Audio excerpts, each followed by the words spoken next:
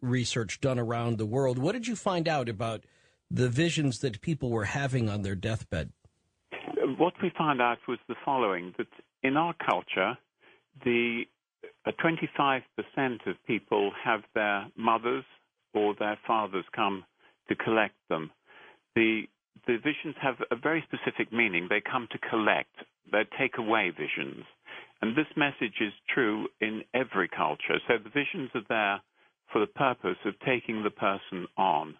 Now, we've spoken to John Lermer from your country, and I think he's been on Coast to Coast as well. And he finds many more angels and spiritual beings than we do in the UK. And it may be because he's in the south of North America, in Houston. Now, there was a study done by Osis and Haraldson, and they looked at an Indian population and a U.S. population. This was done a long time ago in the 70s. And they found that in the Indian population, then the messenger of the god of death was very commonly the person who came to pick you up. And they also saw more religious figures. Now, we've got a number of anecdotal accounts from other cultures, but there haven't been any proper studies done. So we're looking forward to studies being done in Japan, Asia, and so on, to see if we can see the absolute influence of culture on it. But I think the bottom line of this is that the person who comes to take you, comes to carry you on with your journey. And in fact, the form that he takes is to some extent influenced by culture, but not always.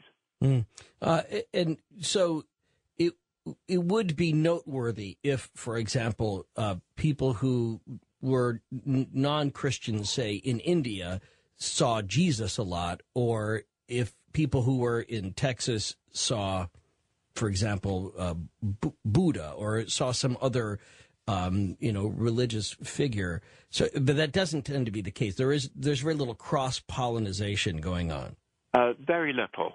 Right. And I think what happens is that as the cultures become more secular, then there's a much stronger influence of family members who come to pick you up. I think what we feel is that the person who comes to collect you is somebody that you personally are happy with and comfortable with. Well, no, please go ahead. I didn't mean to stop you. And that because they always come with a message of hope for you, it's important that you respect the messenger who's going to take you.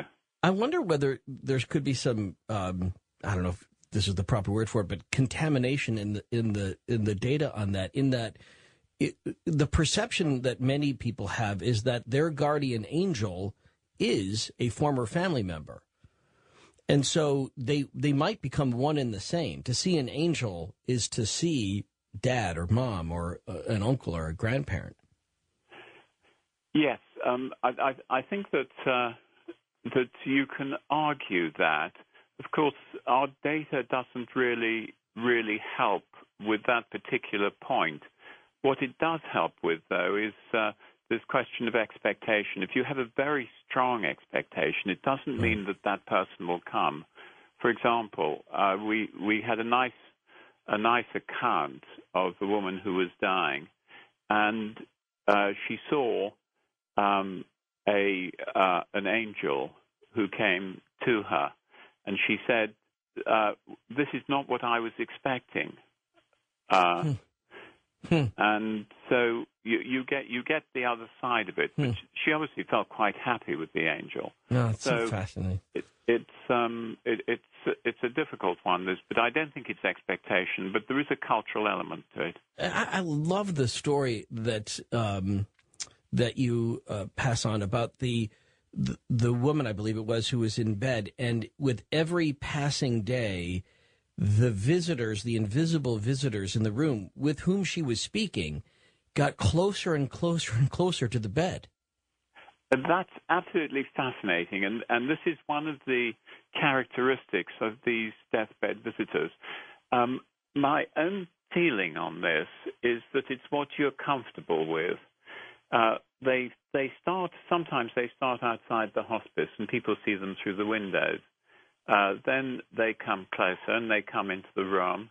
And then usually they are really very comforting and close to you at the time that you actually die and are sitting on the bed. But I think that if we start to understand and learn about death and know what is likely to happen, we can do in many ways enhance this process. If we start looking forward to the visitor who comes, hope that they will come closer to us earlier on, I think probably that we will be able to, in some way, change what happens with the visitor when they come. And I think they'll probably come earlier. Gosh. So that's just part of the experience of the person that is dying. Talk about the research that you did to try to establish whether some of these things are just coincidences or hallucinations. Okay. Let's start first of all with, are the deathbed visitors, deathbed visions, are they hallucinations? Well, a hallucination is defined as an experience which is seen by the person who has it, but no one else. Now, we do have accounts, they're rare, but we do have accounts of carers of the dying, professional carers of the dying, seeing the same hallucination or the same apparition that the person who's dying does. That's just amazing. And we also have many accounts from children. Children seem to see these much more than adults do. So they are seen by other people, rarely, but this would mean that they are no longer hallucinations. The other point, everybody says, well, of course, it's morphine, isn't it? It's the drugs and painkillers that they're given. Now, the answer to that is it doesn't seem like that, because those who work with the dying say that they can tell very easily what a hallucination is when it's drug-induced, and they're quite different.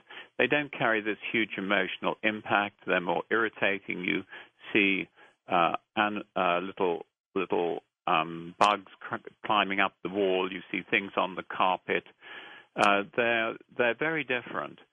So then the next question is, if it's not drugs, could it be because these people are confused due to the actual dying process itself? Remember, all your organs are going down as you come close to death. So perhaps it's just a confusional state. The answer to that is no, it's not, because a number of people remain lucid and clear in their consciousness right up to the moment of death. And those are the people who give us the best account of these phenomena. So it occurs in clear consciousness. So we can't argue for a confusional state. So what is it? And I think our view is very clear, and that is that it is actually part of the death process itself. It seems to be, if you like, hardwired into us that we will be collected by somebody. And yet, since you brought up the other people sharing the same experience, people who are sitting on the bed, maybe that's a good transition into people who are left behind, the grieving. They often pick up in the visitation process too. And so is that hardwired where they lose a loved one and yet they are visited by that person? And what's the percentage of cases where somebody receives a visit? Okay, let's talk about that. The percentage we don't have, the absolute percentage we don't know. We know they're common. So what we're going to deal with now are what we call death phenomena, associated death phenomena. There's a whole range of these, and they're really enormously exciting and interesting and challenging for us as well. The first one of these is deathbed coincidences.